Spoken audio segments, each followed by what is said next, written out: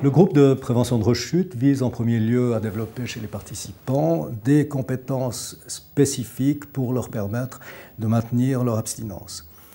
Sont abordés les grands groupes de situations à risque, les émotions, les conflits, l'offre du produit, afin de leur permettre, dans un second temps, d'identifier leurs situations à risque personnelles, qui ne sont propres qu'à eux, afin de leur permettre de mettre au point des stratégies, soit d'évitement de la confrontation à la situation à risque si c'est encore prématuré, soit alors des stratégies qui leur permettent d'affronter victorieusement les situations difficiles et dangereuses.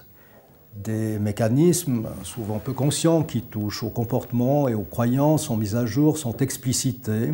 Ces mécanismes qui risquent d'amener le patient à une reprise du produit. De la même manière, les patients apprennent à décoder des signaux avertisseurs ces signaux existent, qui montreraient que la reprise du produit peut se produire. Les patients apprennent aussi à élaborer des plans d'urgence, soit pour les situations à risque imprévues auxquelles ils se trouvent confrontés, soit des plans d'urgence en cas de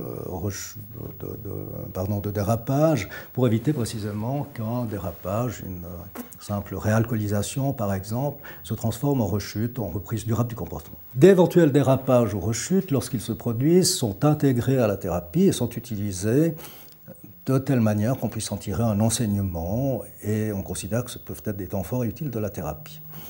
Combattre une addiction est difficile, dès lors un soutien à la motivation des patients qui peut fléchir en fonction des difficultés rencontrées, des échecs temporaires, un soutien à la motivation des patients leur est accordé en tout temps dans ce groupe.